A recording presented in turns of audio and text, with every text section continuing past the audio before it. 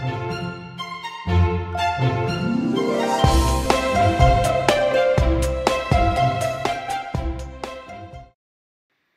Leslie. Thank you so much for joining us here at the SNAP Society. Hi.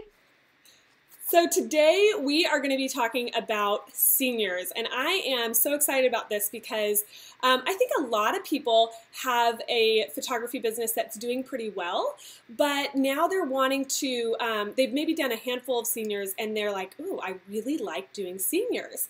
But it's a unique industry to break in through the seniors, I feel like. And so we want to just talk to you today. I want to pick your brain today about how do we break into the senior photography industry. You know, that's exactly what happened with me. I was doing families and kids because like so many people out there, I picked up a camera because I had kids and I wanted to take a ton of photos of them. So then you automatically take photos of your friends, kids, and families and things like that. And that's just generally how your business goes. And I did one or two seniors, and I was like, yeah, I really like this. I felt like I connect with that age group really well. I like the fact that it's a one-on-one usually versus like chasing kids. Yes. You know, they generally like to pose. They generally will do what you ask them to do. Right. They usually have great fashion to go along with it. So that usually is what sparks an interest for most people, at least it did for me. When it comes to seniors. And I always get this question is how do you get into the senior market if you've never, you know, photographed a senior? And the best advice I can give you is to try to find people that will model for you in that age group and just really start shooting. Because it's like that movie, you know, if you build it, they will come. Yes. If you show it, they will come. So you've got to show your work that you are in this, you know, genre before they'll start calling you to book the session. Okay. So look for people anywhere between the ages of 15, 16, all the way up to maybe even 18, 19. Okay. Because they'll all represent that sort of age group. Okay. So, you know, they don't have to be exactly a senior, but they need to represent that age group for your portfolio. And, you know, if you have small kids, ask your babysitter if you have babysitters. You know, if you belong to a church, ask people in the youth group. I've even called people that I knew, friends that I knew that had sons in high school and would ask them, you know, hey, who's his girlfriends or whatever. Oh, really? Yeah, oh yeah. When I was first starting out, I was working it. Like I had to find people, especially in South Carolina. Now I know you're in Texas; it's a little bit different there. It's a little more common, but South Carolina, it's not very common at all to have senior portraits taken because people get their yearbook photo taken and assume that's their senior photo. That's what happens here too. And that when I was growing up, that was not the case. We got our pictures taken by a photographer and we chose which picture we wanted in the yearbook. But now, you know, people don't have to get their pictures taken by a photographer because it's already happening at school and that's what's going in the yearbook. There's not that incentive that we had. Right, exactly. And I mean, it's different all over the country. So you really do need to do your research in your specific area to see how senior photos are handled. If there is a required yearbook photo that they have to go take, you just have to market yourself a little bit differently. You know, I mean, I'm not the kind of photographer that's a life touch photographer that, you know, is a big studio and, you know, all that's great. And that's who our schools use here. But they're very, very much a one kind of photo that they get. So I can market myself differently because I offer something different. I offer the outdoor, the styling, the hair and makeup, this, that, and the other that makes me different than what you think of as a yearbook photo. Now, do you offer the styling and the makeup complimentary, or do they pay for that themselves? It's, you know, when I first started, because South Carolina, I swear, everything moves either north to south or west to east. So we're the last people to do anything in anything whatsoever, like fashion, whatever. So with senior portraits, it's kind of, you know, it's now becoming a little bit more well known than when I first started. So when I first started, people were like, hair and makeup, you know, what are you talking about? They'd be a little scared because they didn't want too much makeup on. So when I first started, it was they paid the makeup artist. And I worked out a special price with my makeup artists for my clients. And usually if the price was low enough, which it was, they would generally start to book that in addition to the session. Well, now I've gotten to where I get more and more girls that are more into that and want that. So now I've put it in my packages. Okay. Like my session packages. So you've just upped your package prices basically. Yeah, it's just in there. The basic package comes with, or the basic session just comes with the photo shoot, the hair and makeup, complimentary ordering session. The next package, you get the hair and makeup, the session, the ordering session, plus you get styling and access to what I have. I have this LKP style closet, so you get access to that, which is jewelry and I want to get my pictures taken with you.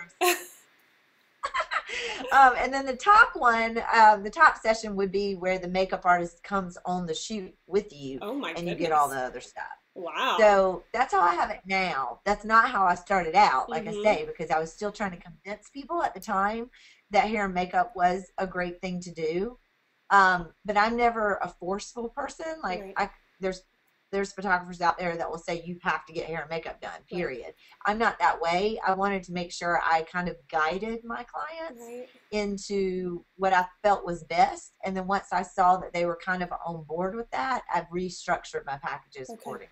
And when you're saying that's in the package price, but then they still have to buy the prints or the digital copies after. That's like the set. So you have different session fees per sessions. Okay, gotcha. Wow, that is more of the sessions. I shouldn't say packaging. It's more the session. Okay. So there's 3 different sessions they can choose. Okay. And then then they come to the ordering session after, and then they have packages or digital collections or this, that, and the other. Okay, great. Yeah, I mean that's definitely different than the family photography. Doing it that way. So that's great to know. Okay, so when you're starting out, a way to break through would be just finding anybody within that age bracket that you can do pictures for. So obviously, if you're asking them to model, you're probably okay, and you're not charging them at this point. Okay. I didn't in the beginning. Now there are many different ways to do it, but again, it really depends on you and your personality. I'm just somebody that if they're doing me a favor, I'm not going to make them pay. Right. You know what I mean? Like it's helping me. So I gave them the images and, but some things you can do is you can get people to model, but you can make them pay hair and makeup. Okay. So then you're not completely. Did they have a job to do for you afterwards? As far as did they have to give out, refer you? In the very beginning, no. In the very beginning, I was strictly trying to build my portfolio to show that this is the genre that I really wanted to go after. So no, in the beginning, I just needed faces. I needed people. I needed to build that portfolio. Now, when you're using somebody like when you're doing like a rep program or a model program, then yes, they are working for you, and that's a little bit different. That's also a great way to try to start getting your name out there. But the very first thing I would do is build that portfolio. Okay. Just strictly try to build that portfolio. Okay. Talk about it on your blog. Talk about why you want to photograph these girls.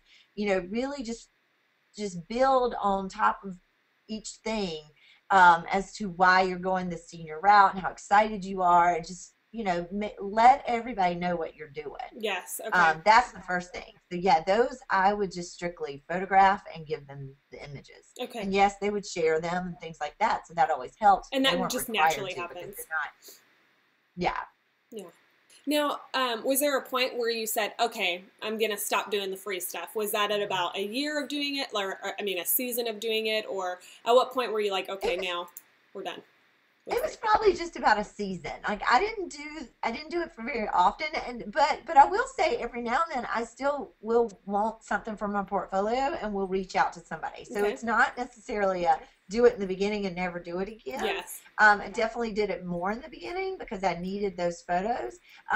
But now, even though I book senior clients and stuff, I still every now and then will reach out and say, you know what, I need a girl for this. Okay. This December, I wanted to do a holiday shoot, so I reached out to one of my reps. Whenever I do things like that I specifically, want to do for my portfolio, I give them their images, and it works out it works out great. Yeah, it's a win-win. Yeah. So for social media platforms, I know that teenagers may be on different platforms than what families are on. So what have you seen to be the most trafficked platform for seniors? Is it Instagram? Is Well, it you know, Facebook? right.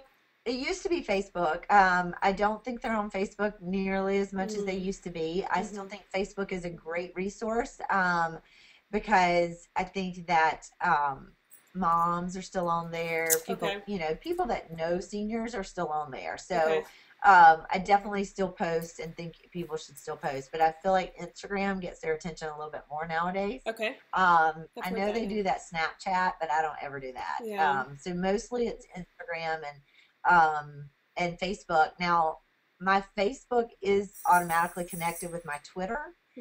So I do tweet, but it's only by by Facebooking. Do you know what I mean? Like I never specifically go and tweet. It's always something, whatever I put on Facebook is automatically put on Twitter. Are they That on helps Twitter? me. I mean, is that I've heard Instagram more, but are they on Twitter? Instagram's definitely, I would say Instagram's probably the most popular right now, for sure. Okay. But again, because it's an automatic, I also have the tweets out there too, just in case somebody's out there. Maybe the parents or Yeah. something. So I've never been a big Twitter fan though. Yeah, Twitter. I know. I'm really trying to get into it. I feel like a little old lady trying to work this. I'm like, how do I do it? But I'm going to figure it out. Yeah. So you know, we're talking about just taking as many pictures as we can of these seniors, putting it out there, having people know that we want to do seniors now, or we're a senior, you know, portrait photographer. What about, I've had seniors ask me to put ads, you know, these paid ads in their, I don't know what it's called, their graduation thing. Yearbook? Yeah, in their yearbook, but there's also something else. Do you do that? Do you feel like that's a good way to get your name out there? You know, I've never actually paid for an ad in like a yearbook, or I did pay one time for an ad in a what was it? It was like a program for one of my girls' dance studios or whatever. Yeah. And I did do that, but I did it more just because I wanted to give back to my girl than I thought I would necessarily get business out of it. Do you know what I mean? Yes. But now I will say that seniors in my area, they themselves purchase ads in the back of the yearbook that, like, they'll put a picture of them when they were a baby, and they'll put a picture, and it'll be like a full page ad. And they have used my photos to go in that ad. I didn't pay for it, but they like maybe bought the digital, or, you know, whatever. Or if they were somebody that happened to just model for me and they got the digital, they would use that, and that would get me some exposure. Would your watermark be on there, or would they just ask who took your picture? Yeah, it depends. If they bought the digital, if they, like, you know, actually paid the money and bought the digital collection, it wouldn't have my watermark on there. But if they were somebody that I just photographed as a model or whatever, it would. So for your models, you put your watermark on there? Oh, okay. That's because I want, if they're going to post them, then I want, you know, I want them to, I want people to see where it came from. Just real small. I mean, you know, it doesn't, it's not huge. Over their face. Right. Yeah. Just right here. No. But no, I've never actually paid for a whole lot of advertisement. It's more word of mouth, social media. You know, senior reps do a really great job of getting my name out there, that kind of thing. Blogging about it.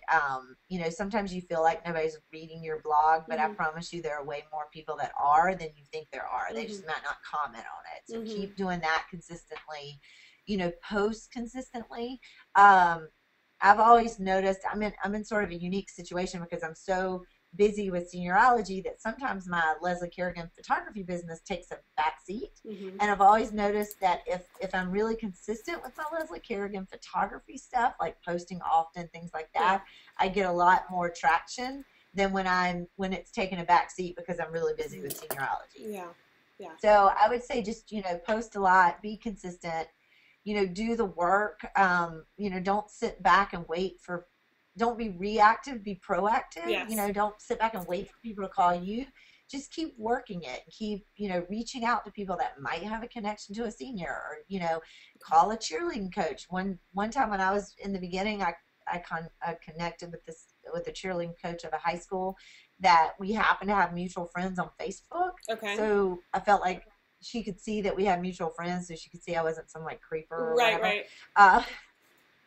But I reached out to her and offered to do a Facebook profile pick party for her cheerleaders. Oh. And then we talked and we sort of worked it out to where it ended up being a fundraiser for the cheerleaders. So Okay. they invited other students to come and have, Facebook profile picture taken for I think it was $10. Okay. And the proceeds went to the cheerleaders so they could pay for camp. Oh, and I things love like that idea. That is great.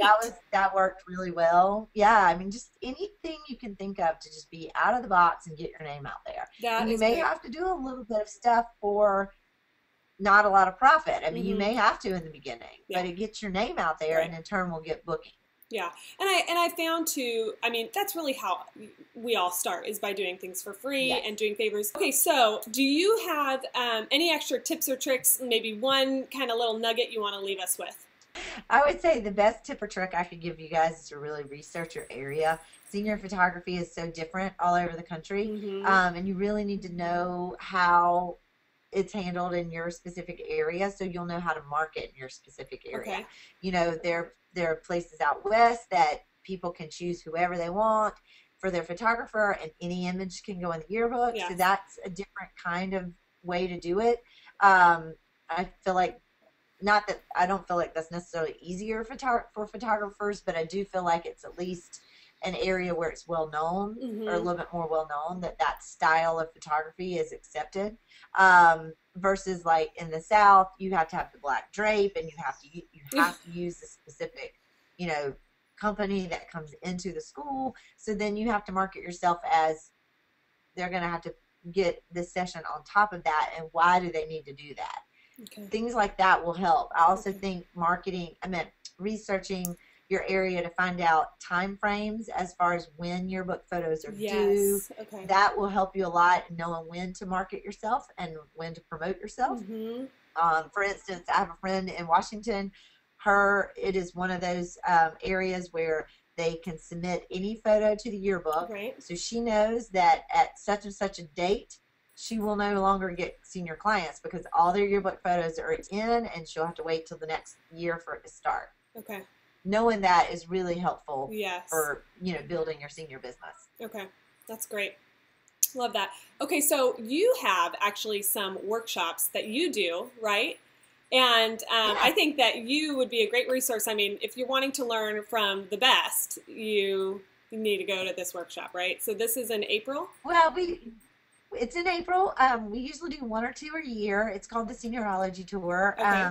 This April, it's in Austin. We try to go to a different city every time we do it, and we generally have some different photographers that join me in teaching. So Seniorologie, we really feel that there's so many different people out there that are willing to share and have great ideas. It's not just do it Leslie's way or the highway kind of thing. I invite lots of people, to come and share, and we talk about different things. That way I feel like people coming to our workshop get a more well-rounded experience instead of just a one-way type thing. So we really like that. In Austin, we have Brittany Cluse, Amy Robleski, Misty Davis, Courtney DeLaura, and myself all are going to be there sharing, basically an open book. We are all open books. Now, we try to find photographers to join me that are, definitely willing to share, and we talk about every aspect of senior photography from getting into the market to branding to social media to editing. Getting it right in camera. Right. Definitely a huge chunk is dedicated to senior rep programs. And then we also have photo shoots both days. So that's fun. So you get to go out and build your portfolio, on us basically. So, yeah, right. So it's a lot of fun. Yeah. Okay. We actually only have, we opened it up. We were full, and now we opened it up and we only have 4 spots left. So that is crazy. Yeah, so we're excited. Okay, so tell me the date exactly. Okay, so it's April 27th through the 29th, which is a Sunday, Monday, and Tuesday. Okay. The Sunday is actually just a meet and greet and hang out and get to know one another. Okay. So there's no actual workshop stuff that day. But then Monday and Tuesday are full days. Both mornings are spent in the classroom learning from the different speakers, and both afternoons are spent shooting completely styled senior model shoots, basically. Okay. Okay. Oh my gosh, that sounds like so much fun. Okay, so if you're interested in learning more about senior photography, I just love workshops. I think that they are so worth the investment because you get so much out of it, and then you get to actually talk to people that you look up to and pick their brains on things. So if people want to register for this, what do they need to do? Just go to seniorologie.com and you'll click on right when you pull up the blog. There's a big photo that says Austin Tour, and you can click on that, and then it'll take you to the registration page. It'll tell you all about it, the price, all that good stuff, and you can just follow those instructions and register. Okay, great. Leslie, thank you so much for being on here. We really appreciate it, and I have learned so much. I have a whole thing of notes that I've taken from what you're saying, so I really appreciate you sharing your knowledge with us. Yes, okay. No problem. Thank you so much for having me. You are welcome. Come back anytime. All right. All right, thank you so much for joining us here at the Snap Society, where everything clicks.